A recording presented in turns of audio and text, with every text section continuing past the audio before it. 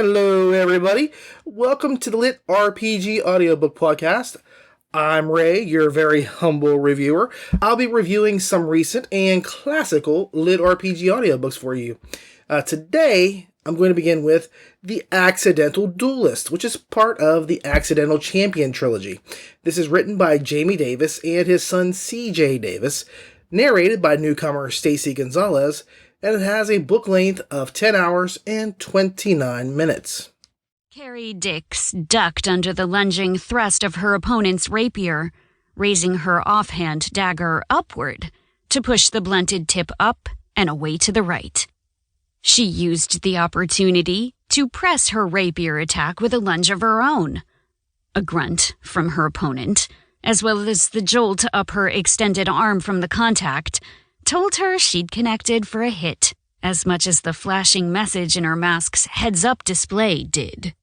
She pulled back, laughing with delight, retreating, as the rules of the sparring ground required, so the two in the ring could reset for the next point. She waggled her dagger back and forth in front of her masked face, as if to say, "Not this time." Carrie had been giggling at her opponent's expense since the bout began. There were few who were her equal in here, despite the fact she was barely 16 years old.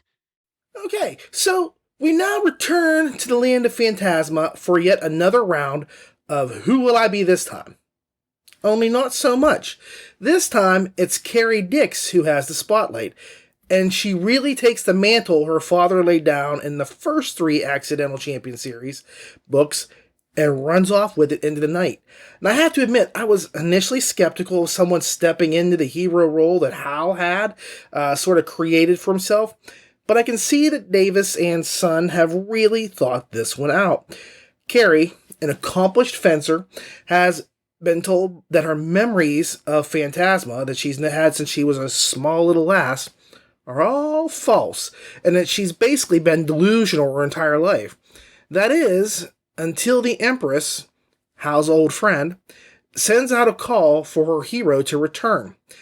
And Carrie is inadvertently pulled back into that imaginary world. Now, upon her entry, she opts to become a duelist, where she kind of, chooses what class she wants to be. So, surprise, surprise, surprise, she picks a duelist because she's a fencer. It makes more sense. But there were plenty of other intriguing classes she could have gotten, just for example, a paladin. So, there were a lot of choices. This fits really, really well.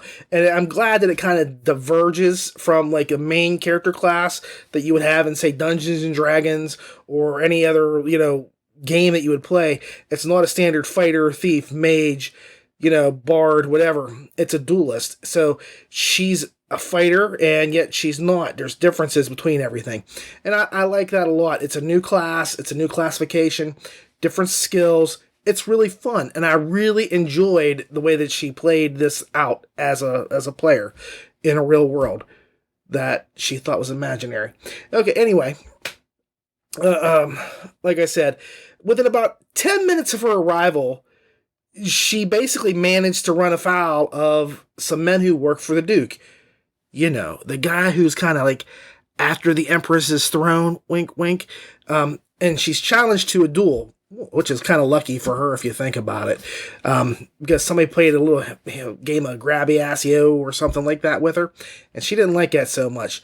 So, as you can guess, bad things kind of happen, and she ends up on the lam. The book is then devoted to her reluctantly trying to protect the last grandchild of the ailing Empress. And I don't mean ailing, I mean she's like, literally, she's 99 plus years old. Her health is failing. She is on her last legs, and they really need help keeping the family line intact. And the Duke has a lot of machinations to stop this from happening. Now, what I really like about this book is how it breaks the format of the old series. I mean, as much as I loved Hal, and I really did, Hal Dix is tops in my book, it was a touch repetitive towards the last book. It had become a kind of a wash, rinse, repeat sort of thing, with him basically restarting every book with a different class and starting from zero every time he entered Phantasma. And I was okay with it by, in book 2 because it was kind of establishing that. But in book 3, I was kind of like, okay, this is kind of ridiculous that he's got all these other skills and he's going to do this. And he had to go through like a whole lot of junk and do it really fast. And it was a good book and I enjoyed it. But it just did not have the flair of the first or the second. This one kind of throws that out the window. Okay? Each book also had Hal returning home after each of his adventures. When he got done, it was time to pack up and go home. No, not here, or at least from the way it looks. It seems that Carrie is going to stay in Phantasma for a while. I don't want to give out spoilers, but she's really PO'd at her mom and dad that what she thought was crazy time for her is real. And she feels much more at home in Phantasma than she does in her own home. I mean, if you look at the way she lives, in her real life, she goes to a lot of, Renaissance fairs. She's into sword dueling. Everything she does is to kind of replicate the brief time that she had in Phantasma. So, her staying, that's probably the most refreshing part of the whole thing so far. And I mean, honestly, 90% of the books out there have the main character trying to make their way back home the minute they find themselves stuck in a game that they really love to play. Well, okay, 90% is a bit of an exaggeration, I know. But you get the point, right? I mean, Carrie is actually reluctant to go home.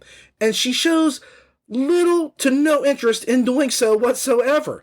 So I can't really go into a lot of detail, but suffice to say, the book does not end like the other books do.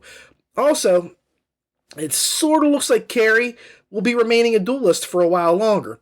Additionally, it looks like Hal, and even possibly his wife, might be returning to Phantasma as well, if the end of the book kind of continues on the way I expect it to. Maybe one of them will become the cool paladin. We'll see. There were a lot of different things they could have chosen, and I just like I said, I like that she kind of stays where she is. Now, one change that I'm not doing cartwheels over is that Roberto Scarlato didn't return for the series. And it's a real shame because I'm a huge fan of his, and he was sorely missed. Although, from talking to Jamie and CJ at the Dover Comic-Con this year, where I got like this really awesome signed book, my first and only so far signed book. You guys really rock. I appreciate you taking the time to talk to me and allowing me the privilege of getting a signed book. Awesome, guys. I really appreciate it. Now, they told me that Roberto will be narrating their Extreme Medical Service series, in which a paramedic helps humans and monsters alike. Now, it's not LitRPG, so I won't be reviewing that here, but it is something I'll be getting, okay? So you might want to look into that, but I'm digressing. As I was saying, Scarlato isn't returning because Stacey Gonzalez has taken over the Accidental Champion reins from his hands and is now leading the team with her vocal charms. Now, she's pretty much new to me, but she seems to handle things fairly well. I'm not going to lie. She does do voices, but her male impersonations are not as strong as they could be. There were a few times I had to wonder who was speaking, and I also wondered if they were male or female or not. But it isn't like this is, like that all the time. Sometimes her male voices are really strong, and some aren't. And I chalk that up as a rookie thing. I think this is really only her 6th book that she's narrated thus far. So I can cut her a little slack. And from what I've heard so far, once she gets her solid footing down, she's going to become a really great narrator. She does some really serious justice here to the characters, and that's all that matters. This book is a fun and family-friendly book. And if you don't mind some killing every now and then, it's a family-oriented story. Carrie, as much as I resisted her replacing Hal, I think she has some depth that he kind of lacked. She brings new perspective to Phantasma that I really enjoyed. And I have to say that I like the new format of the stories, so this isn't a one-and-done kind of deal anymore. And I have seen some serious improvements overall. There's a lot of changes to Phantasma, and it no longer feels like oh, the Emperor is evil and oppressive, and we have to go stop him kind of tale. There's a lot more intrigue. There's a lot more backstory. There's a lot more going on here than just we've got to go stop this one guy. Yeah, there is a bad guy. There might be two. There might be three. It's hard to say, but the fact is that it's really diverting away from the original series, which, as great as the original series is, this helps it stand alone. I really, really loved this book. And if this is indicative of what the other books in this series are going to be like, you can bet your butt I'm going to be standing in the line waiting for the next one to come out. So, I'm going to have to give this book a solid 8.2. It's well worth your time. Give it a listen, and go visit Phantasma if you haven't already. It's worth your time. All right, the next book I'm doing is called Martyrs, Legends of the Great Savanna, Book 1. This is written by Justin Lincoln, narrated by Matthew Broadhead, and it has a book length of 10 hours and 40 minutes. James woke up in a field of tall grass. He gasped and looked around, appreciating the realness of the game. A brief examination of himself, and he realized he was still in the same body, 26 years old, 190 pounds, and standing at 5 feet 11. What to do? What to do? James pondered out loud. He thought he would at least have some sort of character selection screen or tutorial, or something. Shrugging his shoulders at the lack of information, he set off in a random direction. The big Savanna, as he soon decided to call it, seemed to stretch on forever in all directions, all flat ground and grass that came up to his shoulders. He continued to wade through the grass until he heard some commotion in the distance across to his left. He jumped up to try to get a snippet of the action, but all he managed to see was the grass shaking and swaying unnaturally. Either there is a creature over there, or this game has some seriously weird weather patterns, he thought. Deciding to investigate, James walked toward the commotion as quietly as he could. A text box appeared in the front of his vision, accompanied by an audible ding as he went. You have learned the sneak ability.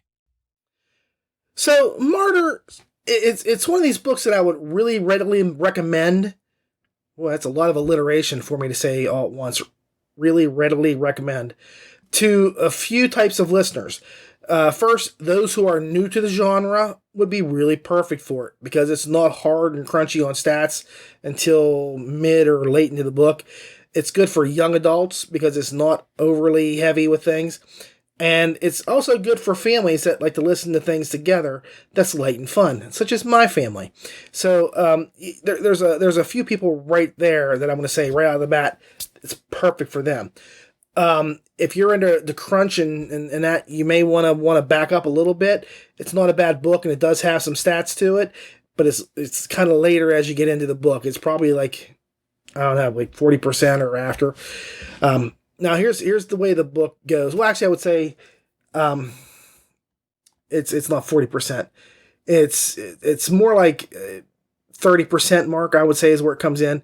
And you can tell that the book really is not meant to be, seriously serious, because you've got like multiple references to characters like Lion Dude. It's more of a young adult kind of thing. Now, James, the main character, wakes up and just finds himself in the game. Now, his mission, as far as he knows, is to take 6 months and figure out what he can about the game. Any issues, any problems. He arrives in the camp of the Martyrs, a group of lion folk, and I'm going to back it up here. They're lion people. And as much as I like the cover of the book, I had no clue from the cover of the book that they were going to be lion people. If you look at that, it looks like a wildebeest, or maybe a pig, or a buffalo. No, not a buffalo, but it's just this weird snotty thing. It actually reminds me of Snarf Quest by Larry Elmore. Snarf. It kind of looks like that more than it does a lion. So Martyrs, these people, they're lion people. But if you look at the cover, the art's great, but it kind of is misleading. Okay. And after he kind of interacts with one of the children of the lion people, he's kind of inducted into the group. He becomes a part of the Lion Folk, and he settles in with them for a bit. Now, the mechanics of the game do work pretty well. And one aspect that I like was how the game gradually altered as he learned to play it. And I mean, I enjoyed the town building aspect a lot, but the one thing that did sort of throw me was there's just this weird game within a game kind of thing. It's like Tower Quest, or Tower Defense, I should say. Where if you ever play Tower Defense, it's a lot like that. It was weird how that was put in. And honestly, I don't know why it was there, because the whole book could have done without that. I mean, there's reasons, I suppose, but it just kind of, for me, derailed the story and was not really necessary. It was just kind of like, I like that concept. I'm going to shove this here, leave it here. And I don't know if he was trying to add in stuff that he liked to play. My dad would play a tower defense game, and he would say, hey, why don't you put that in there? Maybe that's what happened. I don't know. But it was just a little weird how that went. But the town building was really cool, and I enjoyed that. So I could have done without the tower building, tower defense thing, but it was nice to see a new fantasy race. Something that's not your standard elves or orcs or dwarves and goblins, as the main character James's best friend is. I should say he's a martyr, not a goblin. This is one of those things where I like to see the introduction of new races, new classes, and they pull this off here pretty well. The one thing that did bother me was about how the martyrs were handled. Honestly, as a species, as far as I understood things, they were on their last legs, and yet they continually did nothing to stop the rapid decline of their numbers. They have an enemy that's out there that's seeking to destroy them, and they really do nothing to set up any kind of defense or protect themselves. And by the end of the book, I'm not sure if they could even survive with the number of people they have left to work with. So it was kind of weird how that was the case, because they're supposed to be really smart and tough fighters, and they think things through. But I think there's a reason why they're called martyrs, if you think about it, because they just willingly give up their lives. If you read the book and listen to it, it's weird, because they're not like, they are supposed to be some really bad mamma jammas, but they're more like, wearing pajamas in this thing, out in this desert, or out in this place in their fights. It's just weird how a tough race is wiped out so easily. And another thing was just basically how, James and his pals behaved. I have 5 and 7-year-olds who act more mature and consider their actions better than James, okay? And I find it ironic, too, because the beginning of the book, he's basically mistaken for a human child because of his size. And I just wish that he had been acting more as a grown-up. And God, I hate that term. I think as an adult is much better a term to use. But here, it really fits. He needs to act like a grown-up because he's a child, and you're trying to explain to him, be a grown-up, okay? Be a grown-up. And that's just one of those things that just tears away from me in the story. There was so much good about it, and then, just him being childish about how he goes about doing things all the time. It was just weird. Now, in spite of this, the book does hold your interest, and it has some really solid moments that keep you hooked. It is well worth your time that you put into it. And like I say, this is some good family fare. And if you've ever listened to me, you know that I love family books, because I can listen to a book while I drive and get the added bonus of the kids keeping their yaps shut for a few hours. I didn't really mean that, much. But if it's something that they can listen to, I'm not being bugged while I drive. My wife is entertained. Everything is good, and I enjoy that more than you know. So this is a good book for a family to listen to as they go down the road. Matthew Broadhead has kind of become a hit or miss with me lately. I don't know what it is. He was so great in the Bathroom Night series by Charles Dean and in The Artificer by James Hunter. Good book. Not that anything by Dean isn't great. They're fantastic. But he tanks it so hard in War Scapia by Garrett Boggs. And here, He's just kind of a middle-of-the-road kind of guy. Not bad, not amazing either. I'd say he was solid, but he really didn't stand out. I think for him, it's just the material. Either he has a really strong connection, or he doesn't pop as much as he should. Here, he's almost languid in his approach to reading this. And I know I've said several times in the past that I wanted to slow down my narration speed because the action was so hot and heavy. And here, I wanted to just speed it up a little bit. Maybe like 1.75 or something like that. I didn't do it, but I should have, I think. It really might have helped because the story just needed a little push narration-wise. Either way, he was just a 5 or a 6 on the narration scale. If I had to pick him out of 1 out of 10, he's right in the middle. Maybe a 5, maybe a 6, but that's about it. And this really saddens me because I think he was about the first narrator who I found that was good for my whole family, that even my wife enjoyed listening to. Like you say, Bathrobe Night by Charles Dean, man, we have listened to that in our car every trip we've gone somewhere. Kids love him. I mean, Stephanie's great, and, Darwin, fantastic. We had so much fun listening to him then, and then we hit, like, Worscapia, and I'm like, what in the heck am I listening to? The narration's just so weird. I mean, he had, like, 2 spots where his duck calls were perfect. Otherwise, it was just kind of messy. Here, it's just middle ground, okay? And I'm not saying he's horrible at it. I'm just saying it's not the level I know he can achieve. I really do like Matthew Broadhead. I do. But I think that there's just something going on with him in this material. Either he gets it or he doesn't. And here he's kind of off.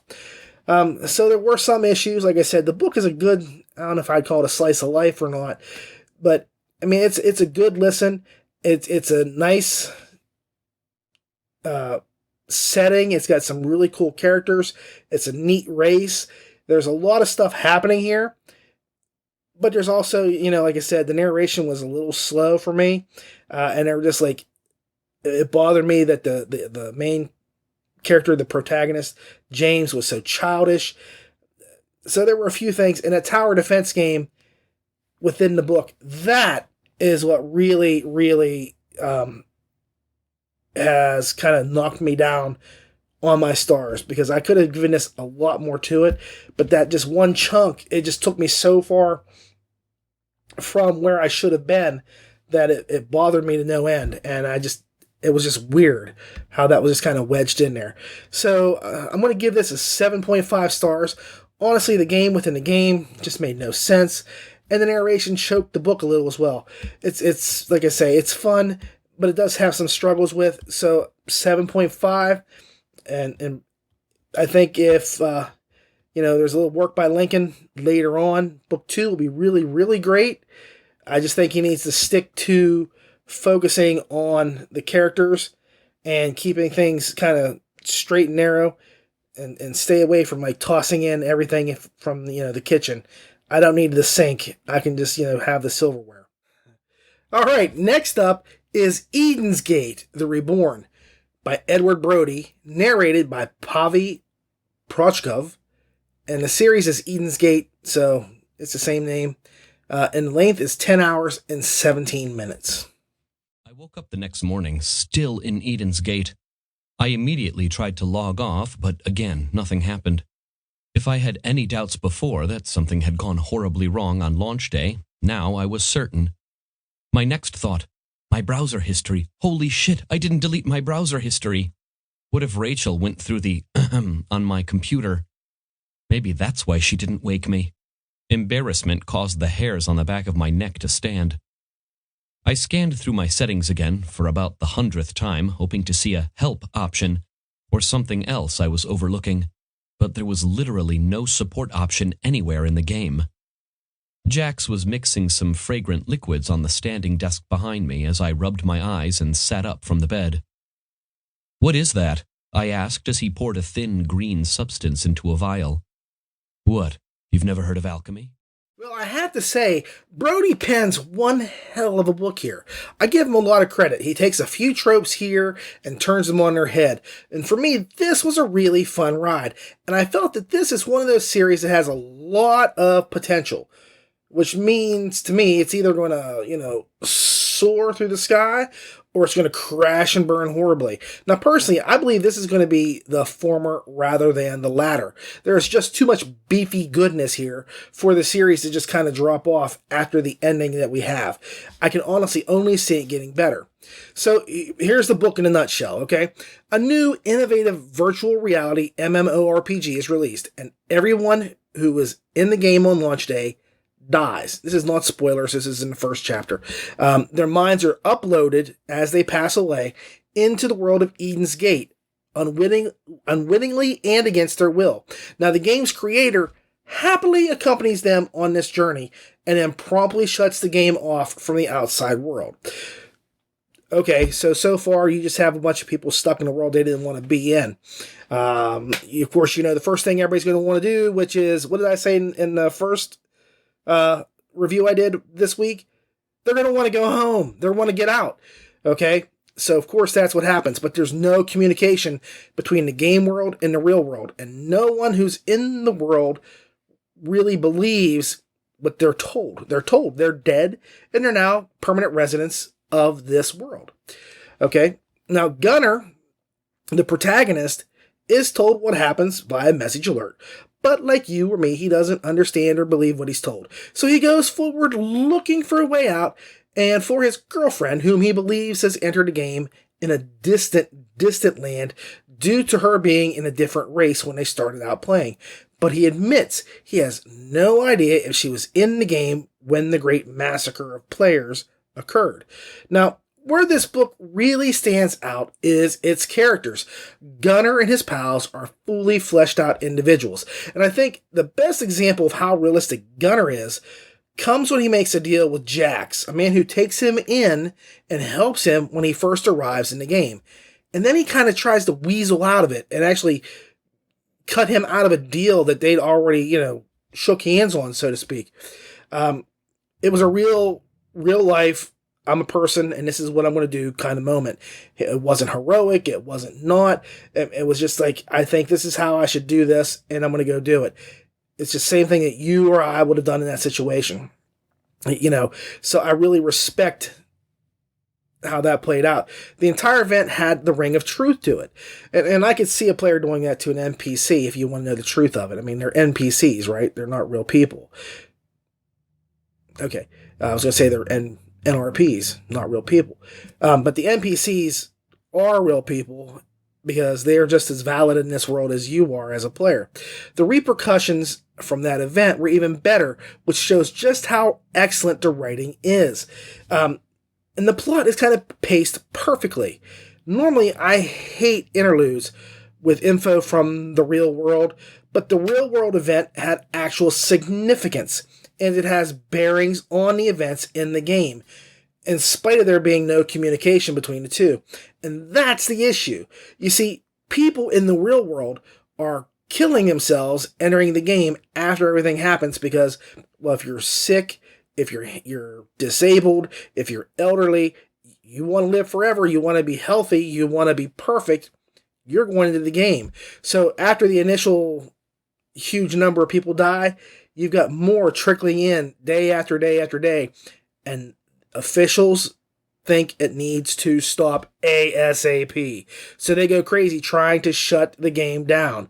So it then becomes a rush of somebody getting inside the game and trying to get to the game's creator who can actually reopen communication to the outside world because no one believes it's possible that they're still in there in any real sense of the word of being alive. So, like I say, the government kind of implements this plan to shut down everything electronic and wipe this game out. Gunnar, when he finds out about this plot, this danger, he's kind of reluctant to agree to do it. He really doesn't care.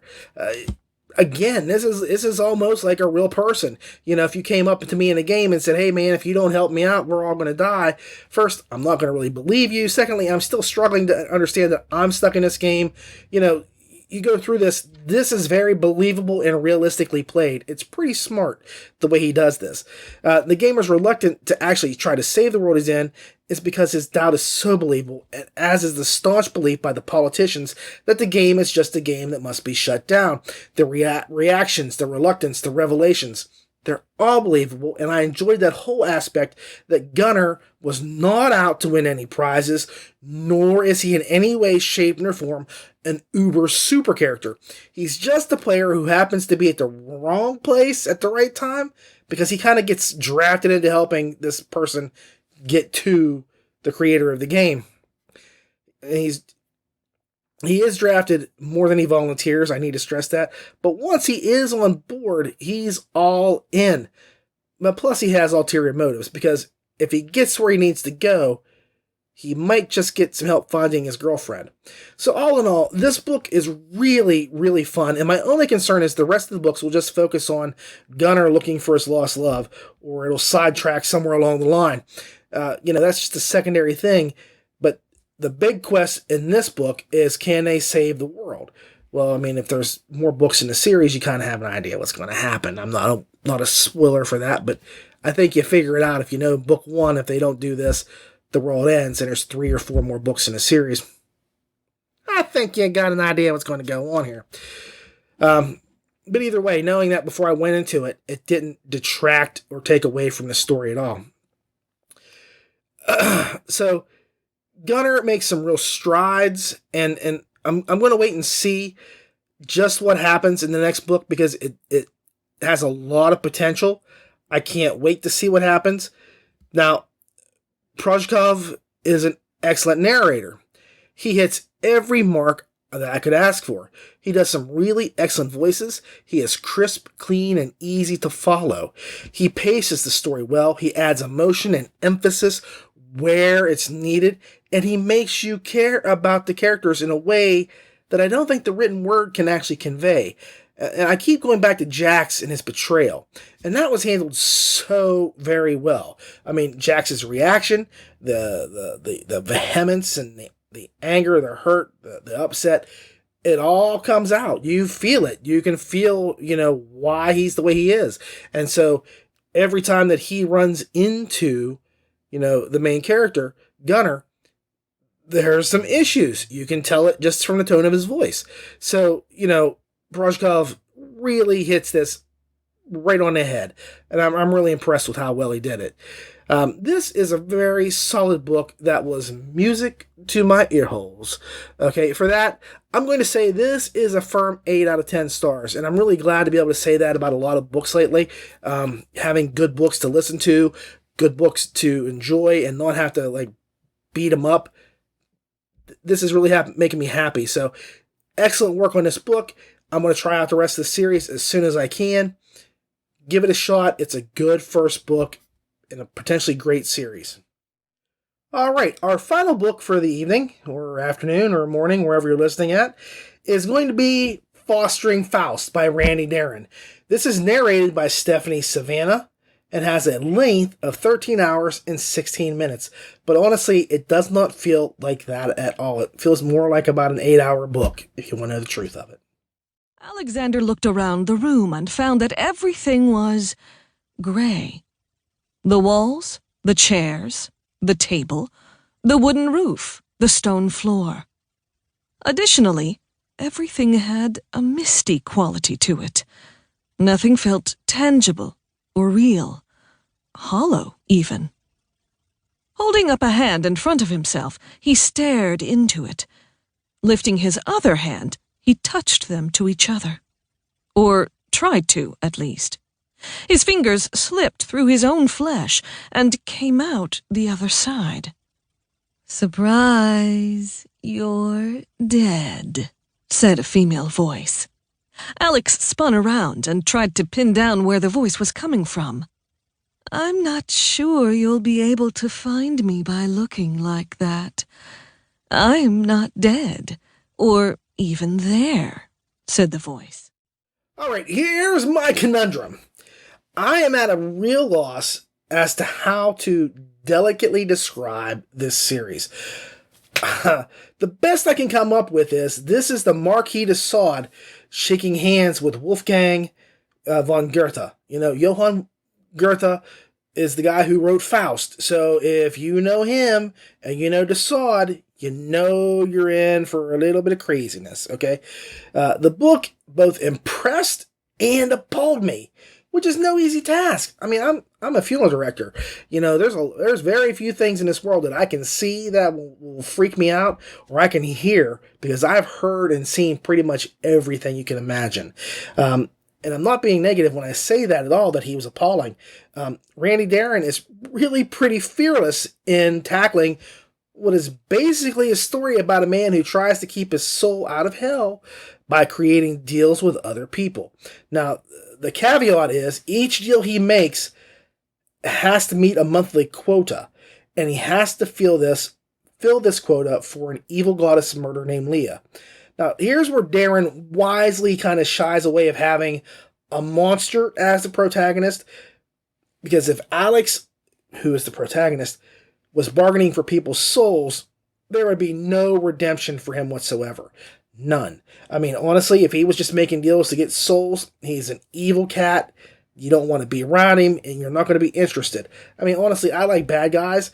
I really like books featuring, the bad guys. So it wouldn't bother me so much.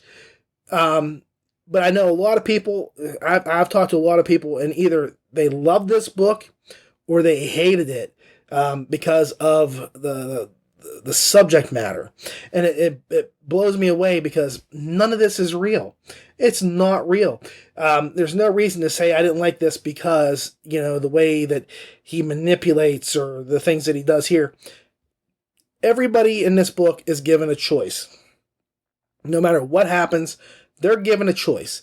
And Alex is just pretty good at making deals. Okay? Now, Alex is kind of caught between Scylla and Charybdis. No matter what he does, he's damned. He's either going to hell or he's going to hell. There's no way out of it. He's got to do this or he's done for. He has to make deals in which he always comes off the better for. He's got to have more return than what he's giving somebody else for. And he's pretty smart at doing this too for a while, until he starts getting a little emotionally attached to things. Now, people that he's talking to need to unwillingly part with pieces of themselves in exchange for very little for him. The more he gets, the better off he is. Now, Alex, to his credit, doesn't reveal his newfound power over people, and he really doesn't have magical abilities. See, in other words, you can't come up and say, "Hey, Alex, I'd like to get a new car," and he'd say, "Okay, but for that, you've got to do this for me." That's not the way it works. He gives them options, and they have to agree to things. So, he's pretty cool about handling things, and he knows how to mitigate the creepiness factor that he could have had. Darren, he pushes boundaries, but manages to make Alex likable and sympathetic. And I'm going to be honest, this book is not something someone new to LitRPG should start with. If you're a fan of Randy Darren from his other books like the Wild Waste Saga, or even books by another guy that's very similar writing styles, William Arand, then you'll love this book. I have no question about that. You will love it. There's a lot of similarities between those other books. And I, for one, have enjoyed every single thing I've read by them. Okay? But if you're not, and if you had an issue with like the slavery issue in, Super Sales on Superheroes, this is going to really bug you, okay? But it shouldn't. It's not real. This is just a character doing something he has to do in order to survive. You got to get past it, guys. The characters are so well written, and they have very distinctive personalities, and they come across just as the broken people that they are. The only person in the entire book who isn't broken or damaged in some way that I could see is Alex's main wife. She's incredibly stable and sane and allows nothing to faze her whatsoever. Even when she's doing heinous, horrible things, or at least allowing him to do that. I loved her the moment she was introduced. There's few characters that I can say that with, but the minute that he was doing his, I have to get married and pick a wife, she stepped into the room. I said, he's got to marry this chick. Sorry, I'm a little sexist when I say that, but I can't help it. Every character is so well fleshed out that they feel real. And if you know Darren from Wild Waste, then you know you're going to get hit in the feels somewhere along the way. I'm just thinking, Anyway, the only character that felt like a potato was Alex's second wife. And I don't mean he gets married to the first wife and then has another, gets married again. He's allowed more than one wife, okay? The second wife is about as bland as they come, and she is so shattered to start with that it takes nothing for him to break her within minutes of their meeting. And that's okay, because that's what she was meant to be, but really I had no connection with her at all. The action scenes, though, they're fun, and then you get to really see Alex use some common sense in warfare and tactics that other people normally wouldn't in that world. It's pretty cool. And Darren, because of this, had a lot of fun storming the castle. I've always wanted to storm the castle, okay? But he had fun. Now, in spite of all the lurid things that happen in this book, and I mean like the breaking of people, and I don't mean the graphic sex scenes, this was a great book. Did I just mention sex scenes? Yep. If the general content wasn't enough to let you know that this ain't a book for kiddies, I don't know what you're going to do. Okay? Do not listen to this around the house if you have children. Don't listen to it at work if you like your job. If people can hear it, they're going to get offended because the sex is pretty graphic and it does last. As Darren does not do the fade to black and he never holds back. There's just some scenes I was like, holy cow, I can't believe you went there. I've listened to some powerful stories, like Gunmeister Online, there's sex in space and there's sex with guns, and it was interesting and exciting sex. This is just way more naughty, okay? And also, Alex is more powerful than most porn stars, and the volume of the product of his love and the frequency in which he's able to perform. So, like I say, there's a lot going on there that you really don't want other people listening to while you do this. So don't put your speakers on and blare it out of your car, because you'll get some funny looks. The story is a fun look at what you might do if you were put into a bad situation. Alex really reminds me of Felix, who actually gets a nod here from Super Sales on Superheroes. Felix has to deal with the issue of slavery for the sake of his powers. So the two both handle really tough subjects in their own way. And now I kind of want to see a William Morand and Randy Darren collaboration in the future. Stephanie Savanna handles the narration, and she's really actually pretty wonderful. She's also a new voice for me. I thought, she just killed the reading of this book. I mean, she played every number, and that would be like Alex's Conquest, with a clear and distinctive personality, so that I never wondered, not once, who was speaking. And she didn't strain or struggle with the voices. It was really natural in the feel and flow. She also played Alex really well, showing that she can crush masculine voices as well. I'm really surprised that she's only narrated 4 books to her credit so far. She is really talented, and I hope that this book will get her noticed, because I loved listening every second that she was on on the airwaves. Just really a powerful narrator. Great job, great choice. Now, the book, it was a blast, and it was unrelenting. And I can see how some of the content can put people off, like I've said. But I know there is a disclaimer used in the description of the book. And that disclaimer is totally warranted. Either way, I had fun. I enjoyed Alex, numbers 1 through 5, and the whole concept of the story. I cannot stress just how difficult it had to be to create a lead character who has to do really nasty, horrible things in order to keep from burning in hell. So I'm going to give this an 8.4 stars review. I think the next book will be better, and while it was emotional, I don't think it quite had the heart of his Wild Waste series, but that's not to say it doesn't have heart. I mean, Wild Waste really broke me in some spots, but we're only on book 1. Book one. And like I say, it 13 hours and felt like 8. I mean, I get through books pretty quick. I can get 2 7-hour books in one day. This one just cruised through. So I'm giving them a lot of points here. And I think that, it'll all come through later. Either way, it's a very different kind of book, one that I have no doubt you're going to enjoy. Well, all right, everyone. Thank you so much for watching. I appreciate you taking the time to watch or listen to the show.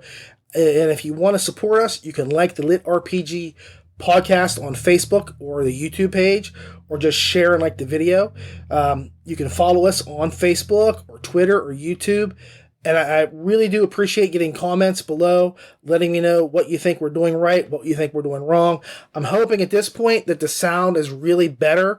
This show, I've had so many fights with it that it's just very, very disheartening, because last show it just killed me having to listen to it like it was. I tried everything I possibly could, and I think you can see, I've got a different microphone here, so I'm hoping that it does a much better job in doing what it's supposed to.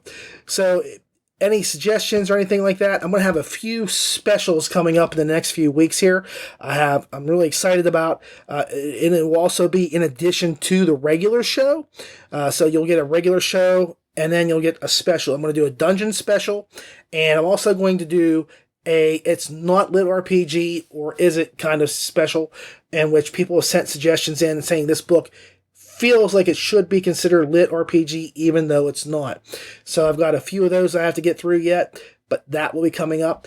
And I have maybe another 1 or 2 ideas for specials later on down the road.